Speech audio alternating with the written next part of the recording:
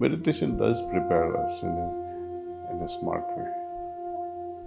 But meditating on a problem can destabilize oneself. Meditating on a good thing is different. Meditating on a problem will only make it worse. What are your thoughts on the relation of karma to disease? Many people think I've gotten cancer because I did something bad. It's a karma. I think against that. I mean, not against that. I don't think it's the reason. At this point, you have a disease in your body, and we got to figure out the best way. But how would you explain that to people suffering from disease who accept that this is my karma, so I must suffer? Well, what would you say where millions of Jews were killed in the Hitler camp? Was it the karma of every single human being who was exposed to that torture? I like to bring it to your attention so that you can tell all your patients. In Sanskrit, there is a beautiful terminology, swasthya. Means generally it is taken as health. True in one sense, when you consider health as an overall phenomena of harmony between body, mind and soul. Okay. When mind is compromised, it is one sort of trait. When body is compromised, because it's not healing for because whatever reasons, it has its own traits. But both, especially the bodily ones, you can, to a large extent, remove it through the modern medications that we are having. Mental thing, it's a challenge. Okay. The root behind the mental problems, as you say, karma, but then many other things also play a part in this whole equation. It's not individual karma from the past. I have the ability to change my destiny. Though my destiny today is governed, let us see, 60% by my karmas or by my samskaras. But I still have greater amount of freedom to change my destiny as well. Okay. If I am allergic to certain food, okay, is it because of my karma? Perhaps. Even if it is, what are you going to do about it? See, there are ways and means how to improve our reaction to the food that we take, behavior that we have. One behavioral thing that impacts a disease, which immediately shows up, people having psoriasis, when they're depressed, when they're angry, when they're irritable, it flares up.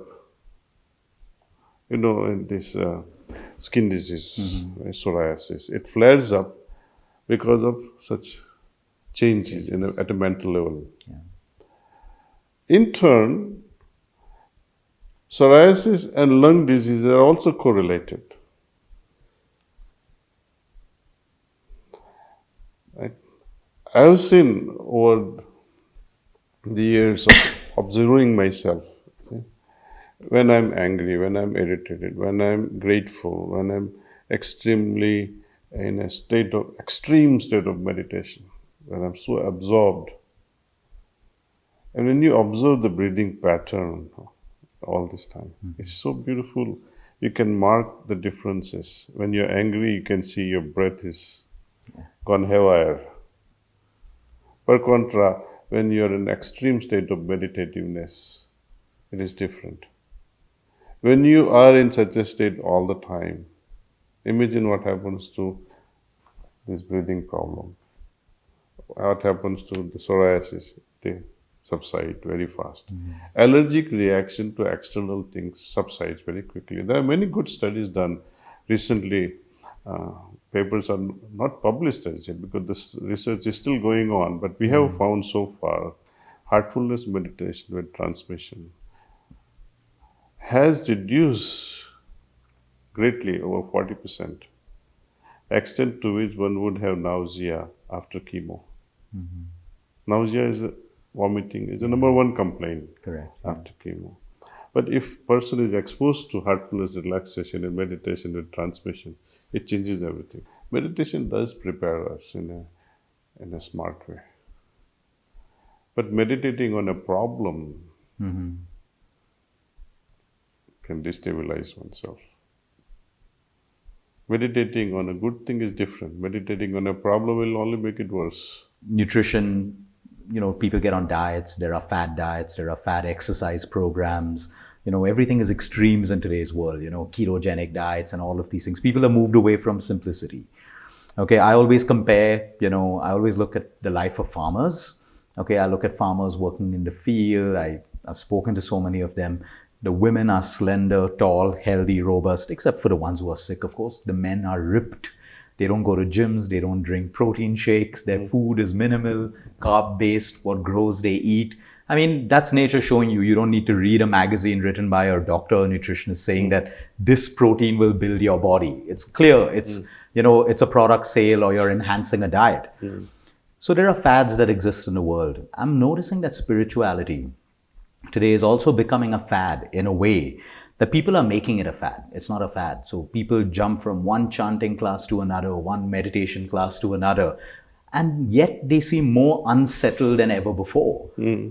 So what I see is that what they've learned in their meditation, they fail to apply. They don't learn to apply it so if I've learned to meditate in this morning today and my intention for the day is not to react but to respond, it's great. It's an intention. But the moment I get into a situation, I'm reacting. I'm not responding.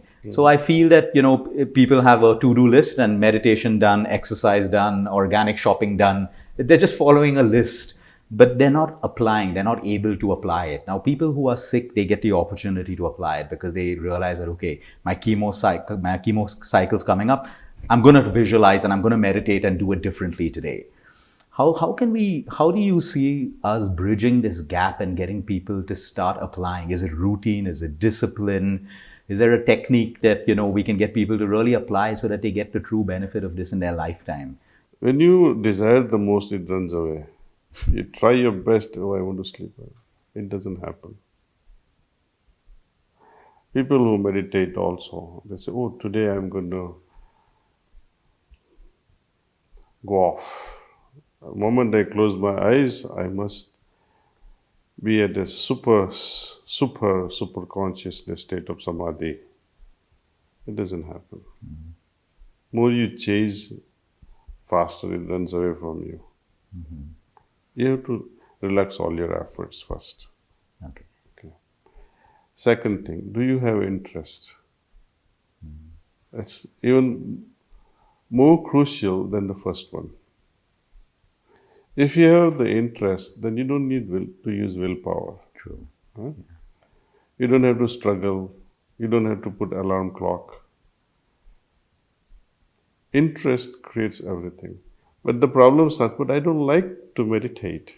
I'm interested in my health, but I don't like to meditate. What do I do? I'm interested in my health, but I will not take chemo. I'm interested in my health, but I will not go see this doctor. I'm interested in my health, but I will not take these foods. I'm happy with whatever I'm eating. Well, if you have this attitude, not even God can help you.